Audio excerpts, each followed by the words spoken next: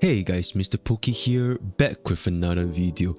Ding ding ding, the alarm has finally arrived. On today's episode of CN Unit Analysis, we'll be discussing about Guinaifen, the brand new 4-star Fire Nihility unit. With her arrival, Fire finally joins the other DOT 4-stars like Sampo and Luca to fit alongside with our Kafka DOT team composition. Aside from her burn capabilities, she also brings to the table a whopping 21% increased damage taken via her Firekiss effect, as well as being our first AOE DOT applier. So because of this, Guinaifen will definitely fill in the niche that previous Nihility units could not fulfill. So this guide will help players understand how to build Guinaifen, when to use her, who goes well with her, and many more. Without further ado, let's get into today's content.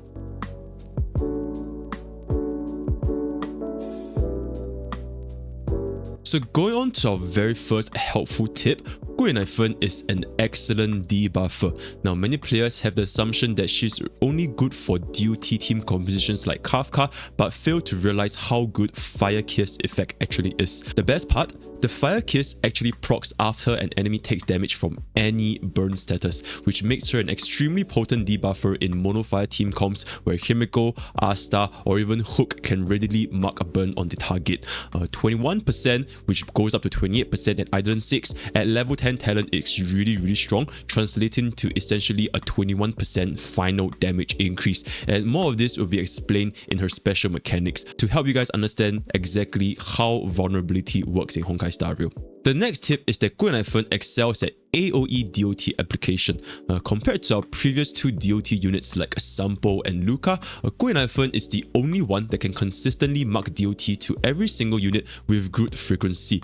While Sampo's skill is technically considered an AOE due to the bounce effect, this is not very consistent because each bounce, it marks a single stack of wind shear. When Sampo faces against a stage with multiple targets and multiple mobs, then there's definitely going to be some targets with more wind shear than the others. While in Guinaifen's case, she can apply burn to all targets, and as you know, a single burn stack does much more damage than a single wind shear stack.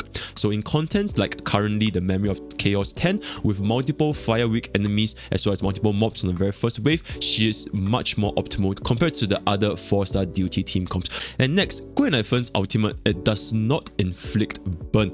This will be explained in the energy threshold further later, but players need to note that her ultimate does not apply DOTs unlike Kafka's ultimate, right, which applies both the shock DOT as well as triggering it.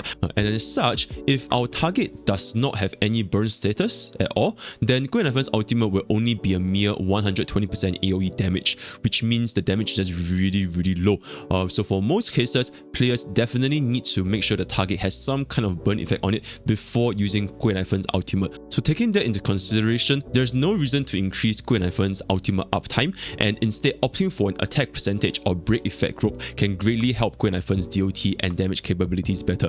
But at this point, I do want to say we also lack a really strong burn DOT unit, because if we take a look at Kafka's DOT multiplier, it is much higher, which makes Kafka's DOT strong. Whereas for Guinaifen's burn damage multiplier, it's much lower, so it doesn't really make sense for us to focus on our ultimate uptime. In the future, this will definitely change if we get better burn units. And then for one last tip, which is kind of tied to the previous tip, is that Guinaifen is a skill point positive unit. Her basic attack has an 80% chance to mark the target with the same burn multiplier as her skill once you unlock her A2 traits, right? So when you are against a single target and you have enough EHR to cover for the 80% base chance, then Guinaifen can consistently use her basic attacks to ensure our burn uptime. Do keep in mind that Guinaifen's skill, this should still be used when we're against multiple enemies, since our basic attack can only hit one target at a time, or in situations where players need the extra toughness bar damage, which is the skill will deal more toughness bar damage, then we should go ahead and use our skill.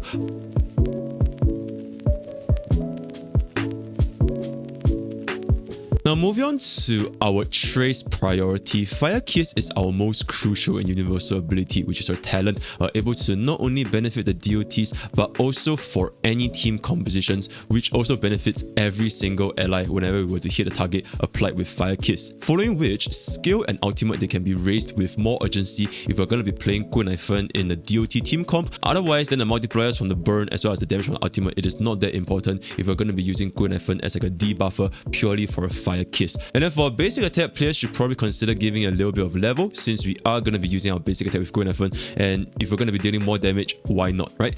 Moving on to her major 3 traces, High Pulse is going to take precedence over Bladed Hook, which is going to take precedence over Walking on Knives. Now, High Pulse allows Guinaifen to be our skill point positive debuffer, right? Because this allows us to mark the same burn as a skill whenever we are using our basic attack. So High Pulse is very, very important for us.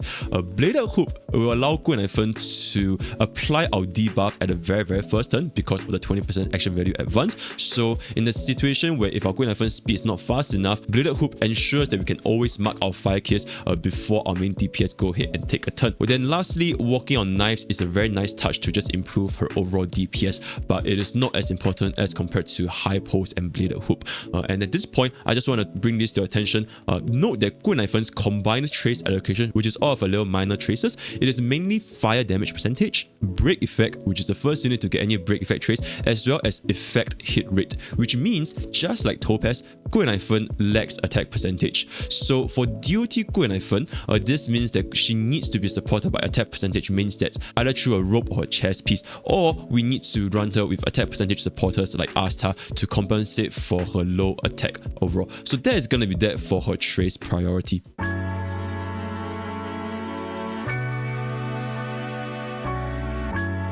Now moving on to Guinaifen's special mechanic, Firekiss. Since we haven't really touched on vulnerability before, I'm just going to take this opportunity to just briefly introduce to you guys how this mechanic actually works. The biggest question being, is vulnerability the same as defense reduction, where the more you stack, the more you benefit, right? So taking a look at this damage multiplier, I'm pretty sure the day 1 players has probably seen this somewhere, either on Pridewin or HSR fandom. So for those who are interested, the damage formula in Honkai Star Rail has a lot of different multipliers that work together before obtaining the final damage, ranging from base attack multiplier, the levels, the defense multiplier, crit, weakness breaks, and the topic for today, a vulnerability multiplier. Alright, so I will not be discussing about the entirety of the damage formula because I feel that most players should understand, and if you guys don't even understand this, it's completely fine because it is a very, very casual game. But if you guys really want me to cover this, then kindly leave a comment down below, right? So with that being established, let's just go ahead and talk about the vulnerability specifically. So as you guys can see from this formula over here, just know that every single one of these different multipliers, they all have their different formulas, right? So for vulnerability, this is going to be the formula 1 plus elemental vulnerability plus all type vulnerability, as well as the DOT vulnerability. We've had various units that has this vulnerability along the way, starting with in 1.0 we got Welt, Himeko, and Sampo, and then Silver Wolf came out with her signature Lightcone, and then Lucas Ultimate and Topaz proof of that. They are all considered the same vulnerability multiplier. So just take a note that elemental vulnerability like Himeko's technique, all type vulnerability like Guinaifen's Firekiss, as well as Welt's Ultimate, as well as DOT vulnerability like Sampo, they are exactly the same. Right, they're exactly the same, so one just needs to add them all up to obtain this number over here, which will give us the final vulnerability multiplier. And before we continue, note that damage taken, which is vulnerability, it is not the same as damage percentage. Vulnerability gives us a much higher damage increase, and this will be explained from this chart over here. So this chart, I've done it myself. It's pretty straightforward because it essentially is just 1 plus the percentage of our vulnerability, and then you just multiply it by the final damage to give you the damage increase, right? So as you can see, it's very straightforward, and we can see that vulnerability stacking is not the same as defense reduction stacking due to the defense reduction formula favoring the additive effects. So unfortunately, the more you stack vulnerability, it's still ultimately going to be the exact same amount of damage increase, right? So if you stack 10% vulnerability, it's going to be 10% damage increase. If you stack 100% vulnerability, it's going to be 100% damage increase. But do note that even though this is the case, defense reduction cannot exceed 100%. And based on our current formula, there might be a possibility of stacking vulnerability beyond 100%. But for this, I have no conclusive evidence, and we'll have to wait for future units with very high vulnerability debuffs for us to actually put this into practical applications.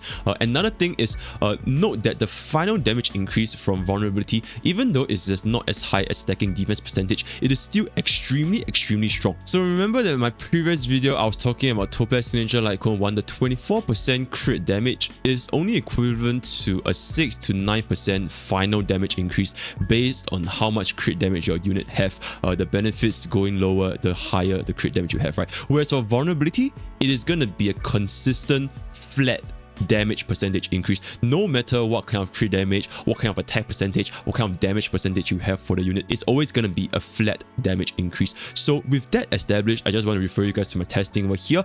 Guinaifen's 21% damage increase is simply just a straight up multiplier of final damage by 1.21%, right? Just an additional 21% damage increase. So based on my testings with just this Sile's critical hit, with and without a 28% damage increase, because I do have an E6 Guinaifen. So as you can see over here, this is the damage dealt without the Guinaifen's debuffs, right? So it's going to be 8,752, no other buffs are factored into this consideration. And then after applying Guinaifen's 4 stacks of Firekiss, which is 28% damage increase, she is now dealing 11,202, which is exactly the same as 8,752 multiplied by 1.28, which is 11,202.56. So in conclusion, Guinaifen's vulnerability debuff via Firekiss is extremely universal and extremely useful, which allows her to be slotted into most, if not all, team compositions if players are lacking a good debuffer, right? If you don't have a good Pella race and you didn't pull for Silver Wolf and you really need that debuff, then Guinaifen is gonna be your target.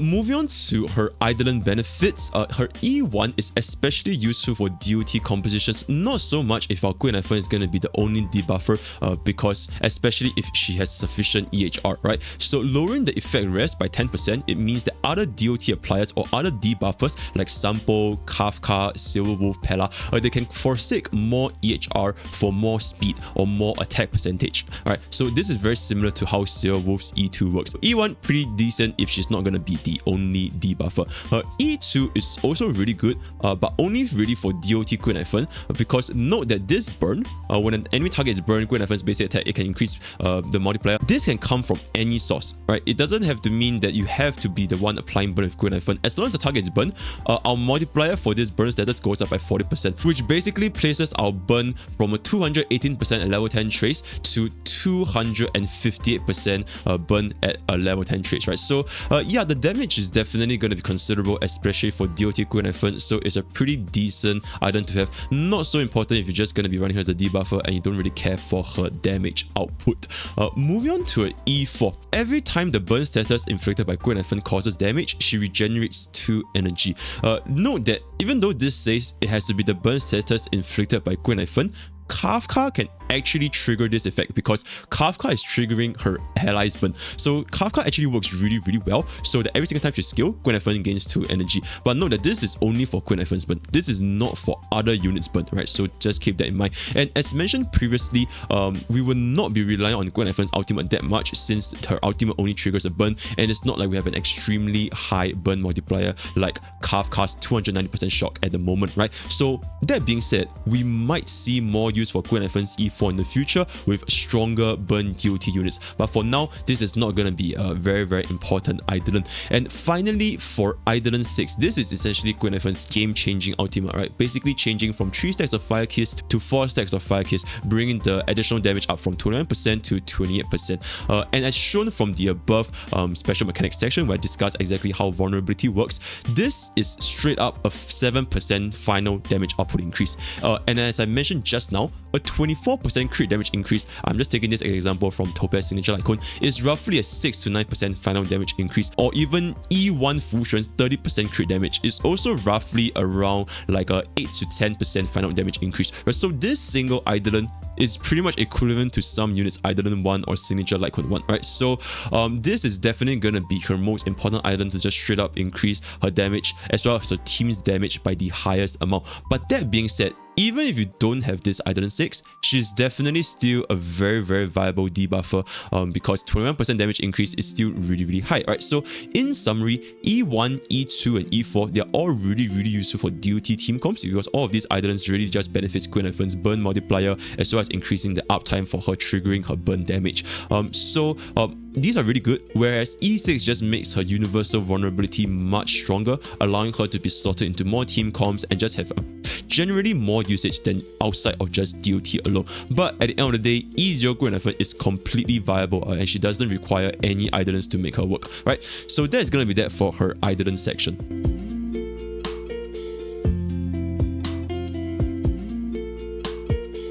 Moving on to her energy threshold, once again, like I mentioned, we really don't need to consider having the highest ultimate uptime with Guinaifen just because we don't have a very strong burn target right now, right? So with that being established, this is generally some of the thresholds that you guys can consider. The very first one is basically we're not using ER rope, we're not using Von Weg, we're not using tutorial Lightcone, and we're just going to be ulting probably every 4 turns, assuming that we get hit or we get some sort of energy. Alright, so this is going to give us 104, and it will definitely be the most common setup. We could change the attack or break effect rope to ER rope to basically guarantee us getting a 4-turn ultimate. Unfortunately, this will result in us sacrificing the burn damage itself, and as I've mentioned just now, Guinaifen really lacks the attack percentage because she doesn't have any attack percentage from tracers, so players need to consider whether this is ultimately going to be worth it or not. You guys can just take a look at these different segments over here. One thing to note is that some players may be considered running tutorial Lightcone with Guinaifen to go for this combination over here.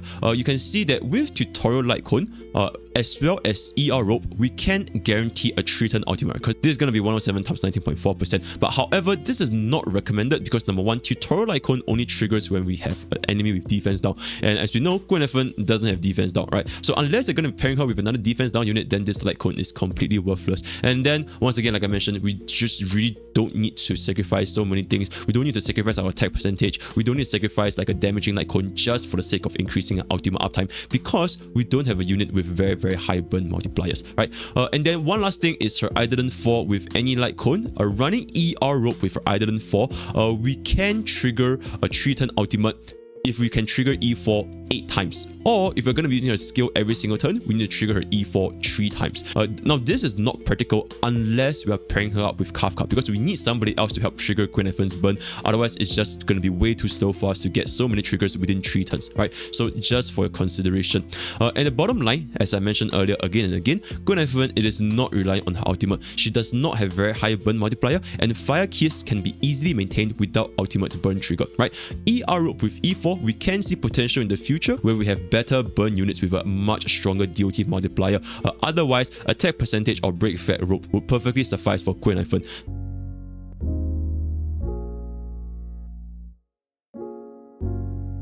Now moving on to her relic recommendations, first of all being Firesmith and Musketeer. Same reason as Topaz, Firesmith's 4-piece effect is just not that great at the moment, and having more attack percentage on Musketeer is something that Guinaifen would really appreciate due to her lack of attack percentage traces. We can even consider running a 4-piece Musketeer due to the frequency of Guinaifen using her basic attacks and the additional 6% buff, which just is always going to be a good thing, especially for somebody that's a debuffer or a sub DPS.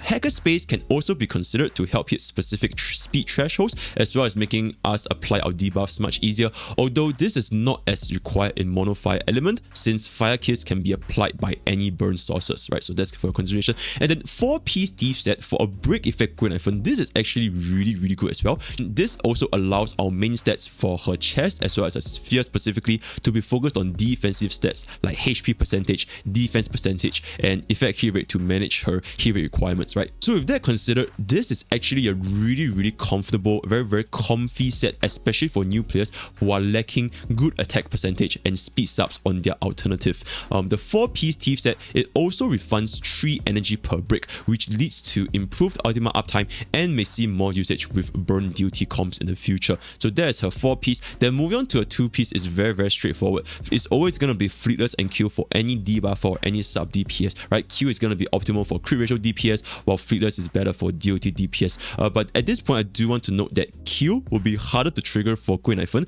because Guinaifen needs EHR with attack and speed. So it might be a little bit difficult to hit the 30% rest, but players will just have to see about that, right? And then if players want to build Guinaifen as a main DOT DPS, then you can consider running Space Sailing Station or Pen Cosmic, right? Pen's Cosmic is actually going to be preferred because it gives us both EHR and attack percentage. So because of this, it's technically just more efficient in terms of substats, right? Then we can allocate more substats into speed and attack percentage. But unfortunately, Pen Cosmic is just really not a very stamina efficient dungeon to farm, so I wouldn't recommend any player to farm this. And Space Sailing Station, honestly, it really just gets the job done if you're going to be playing a main DPS, right?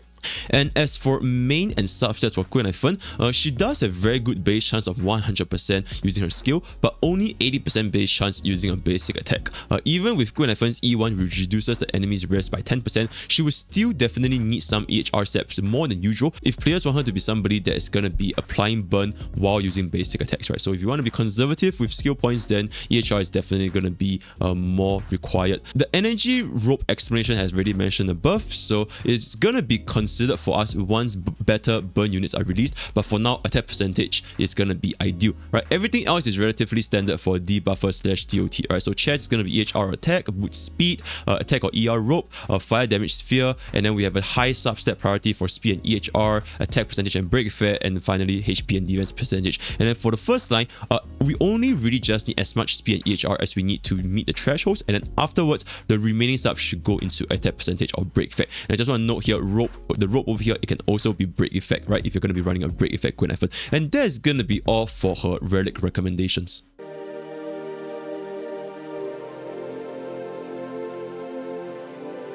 Now, when it comes to Guinaifen's Lightcone recommendations, you can see that the CN community has done a very nice chart over here. Good night sleep well at S5 at the highest 3 stacks possible is going to be the highest damage increase, followed by S1 of Kafka's signature Lightcone, followed by S1 Welt's signature Lightcone. But these are all of her personal damage. So if you want Guinaifen to be a sub DPS to increase our main DPS team damage output, then we need to look at S5 Resolution Lightcone as well as the S1 Incessant Rain, right? So for these icons, it is a little bit difficult to calculate exactly how much damage you're going to be doing because it's going to be dependent on the main DPS. S1 Incessant Rain is going to be the best in slot for a sub DPS or supportive Guinaifen, which should be her main role, right? If you want Guinaifen to be a main DPS, there are definitely better main DPS options out there, right? So, but if you really want her to be a main DPS, then we'll be talking a little bit about Good Night Sleep Well, right? But for a sub DPS or debuffer, the EHR and vulnerability debuff given by Incessant Rain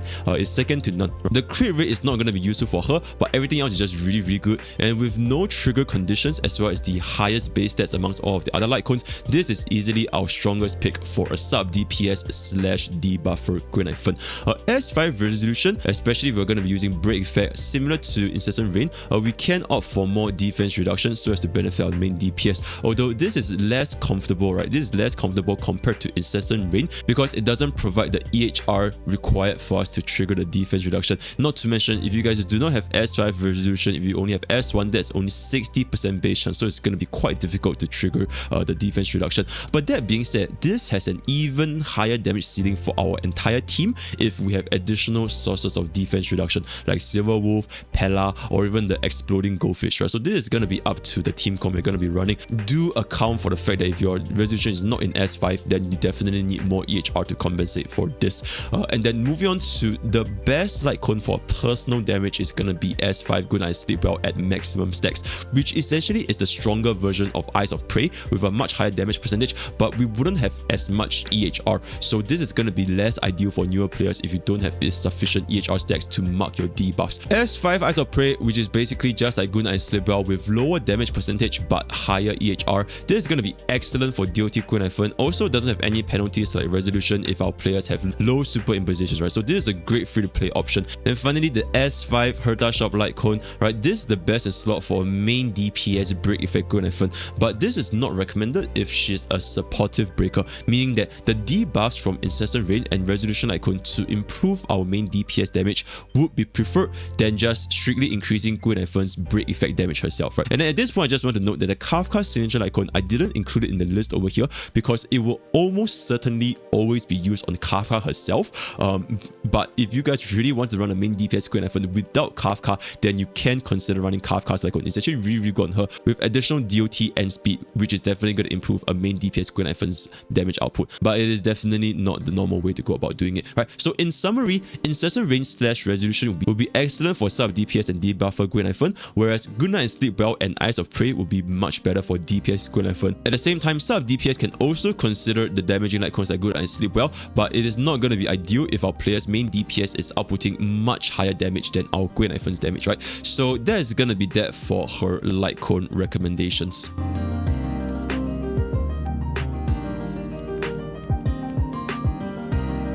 And finally, we move to our last segment, which is the team compositions. Now, Guinaifen's Firekiss allows her to be run with most, if not all, team comps. So we will be narrowing down to the 2 or maybe 3 most optimal team comps so far. And note that just like Topaz, Guinaifen fits really well with Asta due to her need for attack percentage as well as speed as a debuffer or DOT unit, right? So the first of all is gonna be a DOT comp with Kafka and Asta, really strong, with Asta providing some much needed speed and attack percentage to both Kafka and Guinaifen, while Guinaifen can help Kafka apply burns and toughness bar breaking to the mobs much easier than Sampo or Luca, right? So this is something that players can consider. And do note that vulnerability, it also affects your DOT damage, in case I haven't mentioned that earlier, right? And another team composition that players can consider is going to be a mono fire team running FMC and Himiko subbing in, which also has really high synergy with Asta and Himiko having abilities that increase our entire team's fire damage output.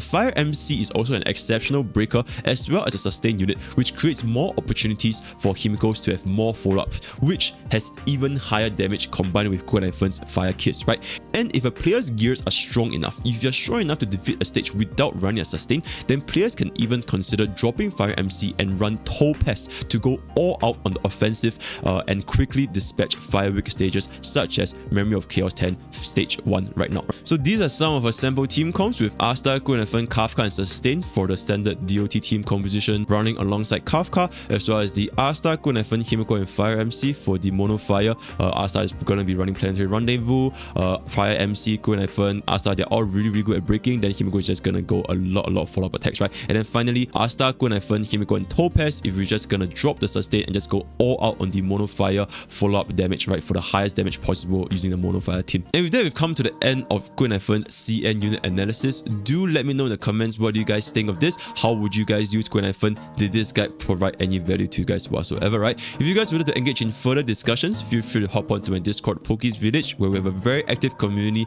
talking about Honkai Star Rail on a daily basis. If you guys would like to check out my stream, that's going to be twitch.tv/MrPokke, where I'll be streaming content probably 3 times a week. Our schedule will be updated on Discord as well, right? So with that, that's all I have for today, and I'll see you guys next time. Take care.